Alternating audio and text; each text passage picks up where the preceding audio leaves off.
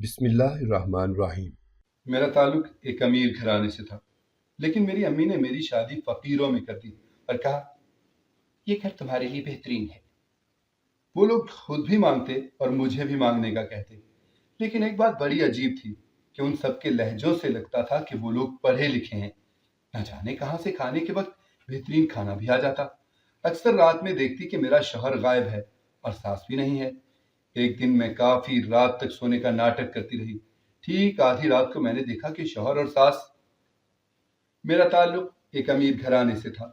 ہمارے گھر میں ہر طرف خوشحالی چھائی تھی۔ میرا باپ ہم سے بہت پیار کرتا تھا اور میرا ایک بھائی بھی تھا۔ ہم دونوں کو ہمارے ماں باپ نے ہتھیلی کا چھالا بنا کر رکھا تھا۔ ہم اپنی چھوٹی سی دنیا میں بہت خوش تھے۔ جب ہمارے باپ کی اچانک موت نے ہمیں زندگی کا سب سے بڑا جھٹکا دیا، اس وقت ایسے لگا کہ مانو سب کچھ بکھر گیا ہو۔ اس دن ہماری زندگی پوری طرح بدل گئی۔ اس بات کا ہمیں بالکل احساس نہیں تھا، مگر بعد میں دھیرے دھیرے ہمیں اس بات کا احساس ہوتا گیا۔ میری ماں کا رویہ ہمارے ساتھ بدل گیا، مگر اسے بھی پہلے ہمارے خاندان والے ہماری جائیداد پر قبضہ کرنا چاہتے تھے، مگر میری ماں کا خاندان کافی اثر و رسوخ والا تھا، اسی لیے ان کے گندے ارادوں کو منزل نہیں ملی۔ مگر ماں کا رویہ ہمارے ساتھ سخت سے سخت ترین ہوتا گیا۔ وہ میرے بھائی پر عجیب و غریب پابندیاں عائد کرنے لگیں۔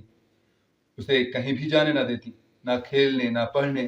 میں حیران تھی کہ آخر ایسا کیوں، مگر فی الحال مجھ پر ایسی کوئی پابندی نہ تھی۔ میرا بھائی مجھ سے کچھ نفرت سی کرنے لگ گیا۔ شاید وہ اپنی قید سے پریشان اور میری آزادی سے چڑھتا تھا، مگر اس میں میری کوئی غلطی نہیں تھی۔ ہم تو اپنی ماں کے حکم کو مانتے تھے، اور پھر میری ماں نے مجھے گھر رہنے کا بول دیا اور میرے بھائی کو لے کر باہر چلی جاتی۔ جو پہلے میرے بھائی کے ساتھ ہوتا تھا اب میرے ساتھ ہو رہا تھا۔ میں خاموشی سے بیٹھی رہتی۔ مجھے لگا کہ جس طرح چند دن میری ماں نے بھائی کو گھر بٹھا کر رکھا، پھر خود اسے باہر لے کر جانے لگی، اسی طرح میرے ساتھ بھی ہوگا۔ مگر یہ تو شاید میری غلط فہمی تھی۔ میری آزادی ہمیشہ کے لیے چھن گئی تھی اور اب گھر کی چار دیواری ہی میرا مقدر تھا۔ لیکن ماں میری تمام خواہشات پوری کرتی تھی، سوائے گھر کے باہر جانے والی خواہش کے۔ 6 سے 7 مہینے یہ سب چلتا رہا، اور پھر ایک دن اچانک میری ماں نے بھائی کا سارا سامان باندھا اور اسے کہیں چھوڑ آئی۔ میں نے رو رو کر برا حال کر لیا اپنا، مگر جتنی بار میں نے بھائی کے بارے میں سوال کیا، اتنی ہی بار ماں نے مجھے جھڑک دیا، زیادہ پوچھنے پر تھپڑ بھی مار دیا۔ وہ کہنے لگی اب سے تم بھول جاؤ کہ تمہارا کوئی بھائی بھی تھا، کیونکہ آج کے بعد وہ ہم سے ملنے کبھی نہیں آئے گا۔ میں رو رو کر تھک گئی، مگر مجھے لگ رہا تھا کہ چند دنوں میں میرا بھائی لوٹ آئے گا۔ شاید ماں نے ٹھیک ہی بولا تھا، وہ واقعی واپس نہیں آئے۔ حالانکہ میں ان کو روز یاد کرتی تھی، ان کا انتظار کرتی تھی۔ یہ انتظار طویل سے طویل ہوتا چلا گیا، اور پھر مجھے بھی اس بات کا احساس ہو گیا کہ شاید اب وہ کبھی لوٹ کر نہ آئے۔ مگر اس واقعے کے بعد مجھے اپنی ماں سے ایک عجیب سی وحشت ہونے لگی تھی۔ میرے بھائی کا کچھ اتا پتہ نہیں تھا، اور اس کی وجہ صرف یہی تھی۔ اس لیے میں نے ان سے بالکل ہی بات کرنی چھوڑ دی۔ مگر ماں کو تو میری ناراضگی سے شاید کوئی فرق ہی نہیں پڑتا تھا۔ وہ روز تیار ہو کر باہر چلی جاتی، شام کے وقت واپس آتی۔ ان کی یہ حرکت مجھے کچھ خاص پسند نہ تھی، مگر میں کچھ بولوں یا نہ بولوں، اس بات سے کوئی فرق نہیں پڑتا تھا ان کو، اس لیے خاموشی ہی بہتر تھی۔ میں کچھ دن یہ تماشا دیکھتی رہی، پھر میں ماں سے پڑھنے کی فرمائش ظاہر کرنے لگی، کیونکہ وہ میری اور بھائی کی پڑھائی بہت وقت پہلے ہی چھڑوا چکی تھی۔ مجھے یقین تھا کہ وہ منع کر دیں گی، مگر حیران کن بات یہ تھی کہ وہ اس پر مان گئیں۔ میں بھی خوش ہو گئی، اور آہستہ آہستہ ماں نے مجھے دوسری چیزوں کے لیے بھی آزادی دے دی۔ میں ان سب سے بہت زیادہ خوش تھی۔ مجھے لگا تھا کہ میرے اچھے دن آ گئے ہیں، اور ماں پہلے کی طرح نرم ہوتی جا رہی ہیں۔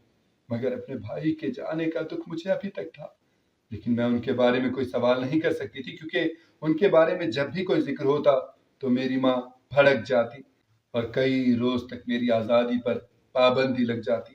اسی لیے میں خود ہی ان کا ذکر نہیں کرتی تھی، کیونکہ ان کے ذکر کرنے کا مطلب خود کو سزا دینے کے مترادف تھا۔ دن یوں ہی گزرتے رہے، اور پھر اچانک مجھے اپنی ماں میں تبدیلی محسوس ہوئی۔ یوں تو پہلے بھی میری ماں اچھے کپڑے پہن کر گھر سے نکلتی تھی، لیکن اب تو حال یہ ہو گیا تھا کہ وہ سج سنور کر گھر سے نکلتی اور رات کے وقت واپس آتی۔ میں نے پہلے تو اس پر دھیان نہیں دیا، لیکن پھر میری کچھ دوستوں نے میری توجہ ان کی طرف دلوائی تو مجھے بھی ان کی حرکتوں کی طرف دھیان دینا پڑا، اور جب میں نے ان کی معمول کی روٹین پر دھیان دیا تب میں حیران رہ گئی۔ من میں عجیب و غریب شکوک پیدا ہونے لگے، لیکن میں اپنی ماں پر شک نہیں کرنا چاہتی تھی، اسی لیے میں نے اپنی ماں سے جھجکتے ہوئے یہ پوچھ لیا، امی آپ صبح صبح سچ سفر کر کہاں جاتے ہیں؟ تو میری ماں نے کہا، میری چند دوستیں ہیں، ان کی شادی ہے، اسی وجہ سے میں اتنا سچ کر وہاں جاتی ہوں، اور تمہیں مجھ پر دھیان دینے کی ضرورت نہیں ہے، اپنی پڑھائی پر دھیان دیا کرو اور اپنے اچھے فیوچر کے بارے میں سوچا کرو۔ میں خاموش ہو گئی، مگر مجھے ان کی دلیل پر یقین نہیں آیا تھا۔ شادیوں میں جانا الگ طرح کا ہوتا ہے، اور جس طرح وہ تیار ہو کر جاتی تھیں ایسے کوئی بھی انسان شک میں مبتلا ہو جائے۔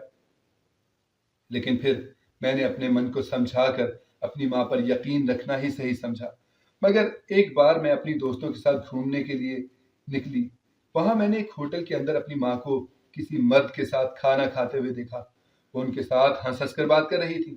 میری دوستوں نے میری توجہ ماں کی طرف دلوائی اور کہنے لگی، وہ دیکھو تمہاری ماں یہاں پر کسی کے ساتھ کھانا کھا رہی ہے۔ اس انسان کو میں نے پہلے نہیں دیکھا تھا، نہ ہی وہ ہمارا کوئی رشتہ دار تھا، مگر میں اپنی دوستوں کے سامنے جی بھر کر شرمندہ ہوئی، لیکن میں نے ان سے بہانہ بنا دیا، ارے یہ تو ہمارے دور پرے کے رشتہ دار ہیں۔ اسی وجہ سے وہ تو خاموش ہو گئی، لیکن میرے دماغ میں ہزاروں سوال گونجنے لگے۔ جیسے ہی میں گھر آئی تو میری ماں وہاں موجود نہیں تھی۔ میری ماں کو گھر واپس آتے ہوئے رات ہو گئی، مگر جیسے ہی وہ گھر آئیں تو میں نے اپنی ماں سے سوال کیا، امی وہ آدمی کون تھا جس کے ساتھ آپ ہوٹل کے اندر بات کر رہی تھی؟ میری بات سن کر ماں کو غصہ آ گیا، سوا نیزے پر پہنچ گیا ان کا غصہ، اور وہ مجھ سے کہنے لگی، تم اپنی دوستوں کے ساتھ آوارہ گردی کرتی ہو، میری آزادی کا ناجائز فائدہ اٹھانے کی تمہاری ہمت کیسے ہوئی؟ اب تم مجھ سے سوال جواب کرو گی؟ میں تمہاری ماں ہوں، جہاں جاؤں تمہیں اس سے کوئی بھی مطلب نہیں ہونا چاہیے۔ میری ماں مجھے بولنے کا موقع بھی نہیں دے رہی تھی، اور میں نے اپنی ماں کا یہ رنگ، یہ روپ زندگی میں پہلی بار دیکھا تھا۔ وہ پہلے بھی مجھ پر چیختی تھی، لیکن اس بار جس طرح وہ مجھ پر چیخ رہی تھیں، ساتھ گھر پار بھی شاید ان کی آواز سنائی دے رہی ہو۔ مجھے بہت زیادہ بے عزتی محسوس ہوئی۔ میں اپنے کمرے میں چلی گئی، لیکن میں اتنا تو سمجھ رہی تھی کہ دال میں کچھ کالا ضرور ہے۔ یقیناً وہ میری آواز کو دبانا چاہتی تھی اور خود کو سچا ثابت کرنا چاہتی تھی۔ اس رات مجھے دوبارہ سے اپنا بھائی یاد آیا۔ مجھے آج بھی یاد تھا، اسی طرح وہ میرے بھائی کے بارے میں بھی میری آواز دبا دیتی تھی۔ کئی بار مجھے مارا بھی تھا، لیکن اس بار میں نے سوچ لیا تھا کہ میں خاموش نہیں بیٹھوں گی، میں پتہ لگا کر رہوں گی کہ آخر وہ آدمی کون تھا۔ اگلے دن میں اپنی دوستوں سے بہانہ بنا کر اسی جگہ پر آ گئی۔ شاید مجھے یقین تھا کہ وہ آج بھی یہاں پر آئیں گی، اور پھر واقعی میرا شک صحیح ثابت ہو گیا۔ وہ شخص وہاں پر آیا اور میری ماں بھی وہاں آ گئی۔ اس نے میری ماں کے دونوں ہاتھوں کو تھام لیا۔ مجھے حیرت کا شدید جھٹکا لگا۔ میں نے سوچا بھی نہیں تھا کہ وہ آدمی میری ماں کے دونوں ہاتھوں کو تھام لے گا، کیونکہ وہ میری ماں کا بھائی بھی نہیں تھا۔ یہ دیکھ کر مجھے بہت زیادہ غصہ آیا۔ میں گھر واپس آ گئی، لیکن اس بار میں نے اپنی ماں سے کچھ بھی نہیں بولا، کہ میں جانتی تھی کہ اگر میں نے اپنی ماں سے کچھ بھی کہا تو وہ دوبارہ غصہ کریں گی، میری بے عزتی کریں گی اور سچ بھی نہیں بتائیں گی۔ 2 دن تک میں نے اپنی ماں سے کوئی بات نہ کی۔ میری ماں نے شاید میری اس ناراضگی کو محسوس ہی نہیں کیا۔ انہیں تو شاید اپنے ہی کام سے مطلب تھا، میری طرف بنا دیکھے ہی روز مرہ کی روٹین کے مطابق چلتی رہتی۔ 3 دن بعد مجھے ایک فون آیا، جس میں ایک آدمی مجھے کہنے لگا، تمہاری ماں ایک بد چلن عورت ہے، اس کا ایک آدمی کے ساتھ افیئر چل رہا ہے۔ یہ بات سن کر مجھے بہت زیادہ غصہ آیا۔ میں نے اس آدمی کو کھری کھری سنا کر فون واپس رکھ دیا۔ کوئی تیسرا آدمی میری ماں کے بارے میں کچھ بھی غلط بولے گا، میں برداشت کر لوں گی؟ ایسا تو کبھی ہو ہی نہیں سکتا۔ میں نے ہمیشہ اپنی ماں کو اپنے لیے، ہمارے لیے اپنی خوشیاں ایک طرف رکھتے دیکھا تھا، لیکن ان کے بعض فیصلوں سے مجھے اعتراض تھا، اور سب سے پہلے تو میں اپنے بھائی کے لیے بہت زیادہ پریشان تھی۔ مگر اس کا مطلب یہ نہیں کہ میں اپنی ماں پر شک کروں اور کسی کی بھی بات پر یقین کر لوں، لیکن آج کل شک کے حالات وہ خود پیدا کر رہی تھی۔ مجھے سمجھ نہیں آ رہا تھا میں اپنے دل میں ان کے لیے یقین کیسے رکھوں، کیونکہ جو میں نے اپنی آنکھوں سے دیکھا تھا اسے بھی رد نہیں کیا جا سکتا تھا۔ کاش سب کچھ جھوٹ ہوتا اور میں کوئی خواب دیکھ رہی ہوتی۔ میری ماں بھی تو مجھے سچ نہیں بتا رہی تھی نا، ایسے میں میرا ذہن بٹا ہوا تھا اور پھر میں نے اپنا سب کچھ ایک طرف رکھ کر یہ سوچا کہ میں اپنی ماں سے دوبارہ اس بارے میں سوال کروں گی، حالانکہ میں جانتی تھی کہ نتیجہ کچھ خاص نہیں نکلنے والا، ہمیشہ کی طرح وہ مجھ پر ہی غصہ کریں گی۔ اور اس بار بھی ایسا ہی ہوا، جو میں نے ان سے امید کی تھی وہ ان امیدوں پر پوری اتری۔ اس بار بھی انہوں نے میرے ساتھ اونچا بول کر ناراضگی کا اظہار کیا، مگر اس بار ان کی ناراضگی کیا رنگ لانے والی تھی اس بات کی مجھے بھی بالکل خبر نہیں تھی، مگر جو نتیجہ نکلا اس کے بعد تو میرے کانوں میں مانو کسی نے بھی کھولتا ہوا سیسا ڈال دیا ہو۔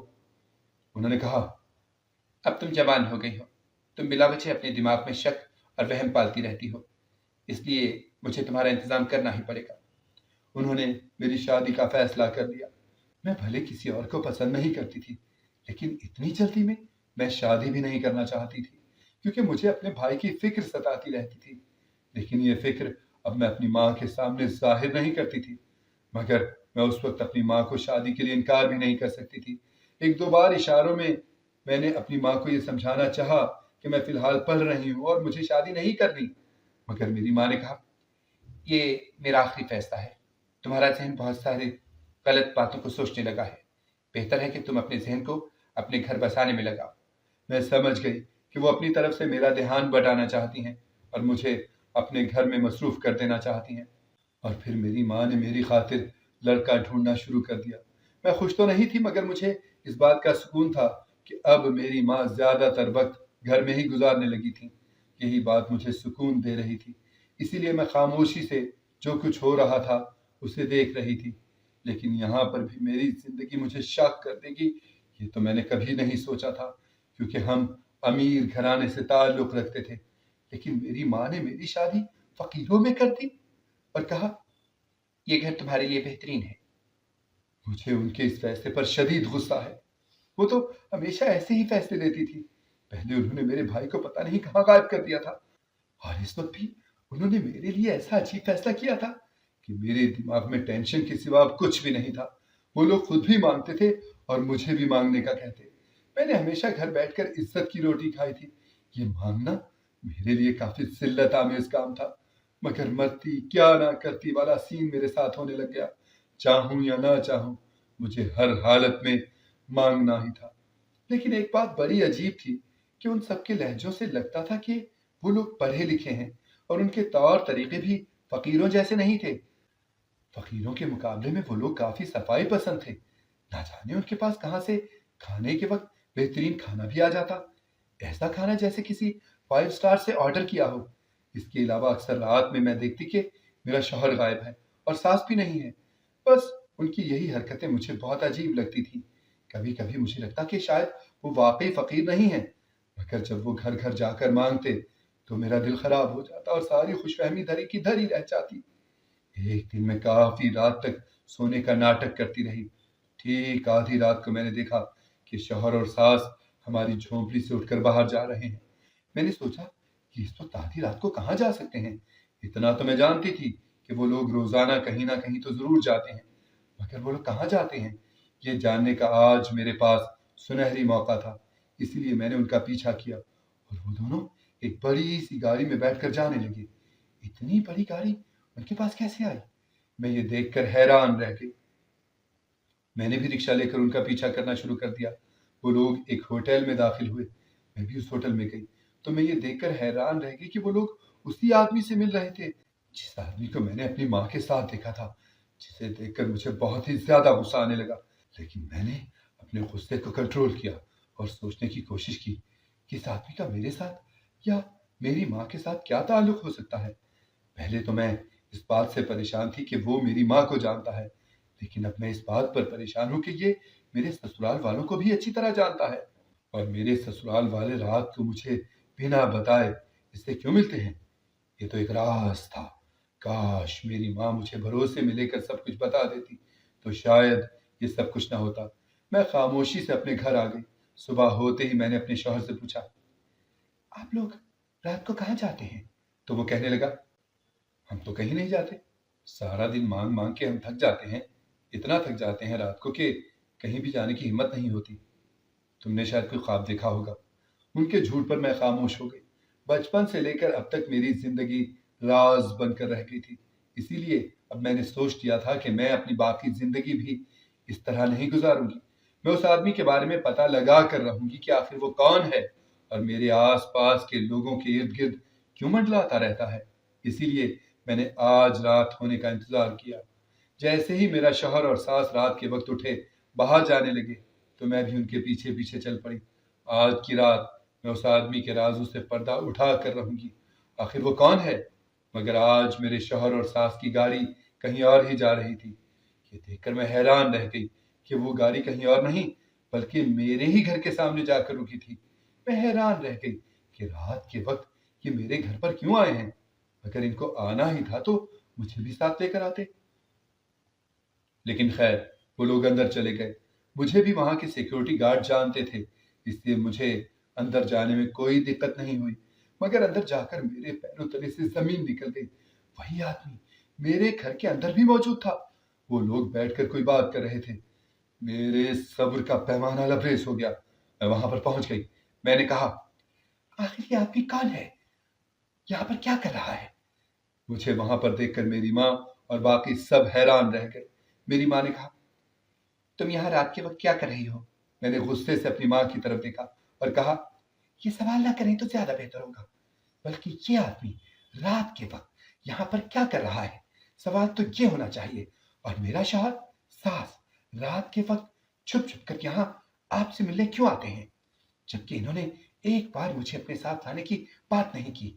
میرے شوہر نے کہا، تم خاموشی سے یہاں بیٹھ جاؤ، تمہیں تمہارے سارے سوالوں کے جواب ملیں گے۔ میں نے کہا، نہیں، آج میں بیٹھنے والی نہیں، مجھے ابھی اور اسی وقت اپنے سارے سوالوں کے جواب چاہیے۔ میری ماں نے لمبی سانس لی اور کہنے لگی، میں جانتی تھی ایک نہ ایک دن یہ وقت ضرور آئے گا جب تم سے یہ سارے سوال کرو گی اور مجھے جواب دینا لازمی ہوگا۔ اب جب کہ یہاں سب لوگ ہی موجود ہیں تو میں تمہیں بتا دیتی ہوں کہ یہ آدمی میرا شوہر ہے۔ ان کے جواب نے میرے پیروں تلے سے زمین کھسکا دی۔ میری ماں نے دوسری شادی کر لی تھی؟ مجھے یقین نہ آیا۔ میں نے کہا، آپ نے دوسری شادی کر لی ہے؟ آپ نے ایسا کیسے کر لیا؟ تو میری ماں نے کہا، دوسری شادی کرنا کوئی جرم نہیں ہے، خاص کر تب جب کہ میری اپنی اور تمہاری عزت کو خطرہ ہو۔ تمہارا خاندان اتنا اچھا نہیں تھا کہ وہ تم لوگوں کی حفاظت کرتا، بلکہ انہوں نے تو تمہارے باپ کی جائیداد پر قبضہ جمانے کے لیے نہ جانے کیا کچھ نہیں کیا۔ اور جب ان لوگوں سے یہ قبضہ نہیں ہو پایا تو انہوں نے میری عزت پر وار کرنے کی بہت بار کوشش کی، مجھے زمانے میں بدنام کروانا چاہا، یہاں تک کہ معاشرے میں انہوں نے یہ پھیلانا شروع کر دیا کہ میں ایک بد چلن عورت ہوں اور غلط کام کر کے اپنے بچوں کو پالتی ہوں۔ حالانکہ ایسا کچھ بھی نہیں تھا۔ تمہارے باپ کے بزنس سے جو پیسے آتے تھے میں انہی سے تم لوگوں کا پیٹ پالتی تھی، اور پھر مجھے یہ ملے۔ انہوں نے مجھے شادی کی آفر کی اور یہ بھی سمجھایا کہ شادی کر کے بہت ساری مشکلات کا حل ہو جائے گا۔ وہ لوگ جو مجھے بدنام کرنے کی کوشش کر رہے ہیں ان لوگوں کے بھی منہ بند ہو جائیں گے۔ لیکن شادی کے بارے میں چاہ کر بھی تمہیں نہیں بتا پائی۔ مجھے نہیں پتا کہ تم کیسا ریئیکٹ کرو گی۔ ان کی بات پر میں کچھ پل خاموش ہو گئی۔ میں نے کہا، ٹھیک ہے، مجھے بتائیں کہ میرا بھائی کہاں ہے؟ تو انہوں نے کہا، تمہارا بھائی صحیح سلامت ہے، ہاسٹل میں رہتا ہے۔ میں نے کہا، اگر ایسی ہی بات ہے تو آپ مجھے ڈانٹ کر چپ کیوں کروا دیتی تھی؟ انہوں نے کہا، میں نے ایسا اس لیے کیا کیونکہ ہماری جان کو خطرہ تھا۔ تمہارے خاندان والے سب سے پہلے تمہارے بھائی کو ہی مار دینا چاہتے تھے کیونکہ ان کے مطابق وہی ساری جائیداد کا اکلوتا وارث تھا۔ اسی لیے میں نے سب سے چھپ کر سب کی نظروں سے دور اسے بھیج دیا اور گھر میں بھی اس کا کوئی ذکر نہیں ہونے دیا تاکہ کہیں سے بھی ان کو تمہارے بھائی کے زندہ ہونے کی خبر نہ ملے۔ اور باہر کی دنیا میں نے یہ پھیلا دیا تھا کہ میرا بیٹا مر چکا ہے۔ تمہیں بھی میں نے کافی وقت گھر میں ہی رہنے دیا۔ میں نے کہا، ٹھیک ہے، میں آپ کی ساری باتیں سمجھتی ہوں۔ مجھے یہ بتائیں کہ آپ نے میری شادی ان فقیروں میں کیوں کر دی؟ حالانکہ مجھے ان کے طور طریقے میں فقیروں والی کوئی چیز نہیں لگتی۔ تو انہوں نے کہا، جب تمہارے خاندان کو کہیں سے بھی تمہارا بھائی نہیں ملا، انہیں بھی اس بات کا یقین ہو گیا کہ وہ مر چکا ہے، تو انہوں نے تمہیں میرے خلاف کرنا چاہا۔ تمہیں شاید کوئی فون بھی آیا ہوگا جس میں انہوں نے میرے بارے میں تمہیں غلط بتایا، مگر تم نے شاید ان کی باتوں کا یقین نہیں کیا۔ پھر ان لوگوں نے مجھے دھمکی دی کہ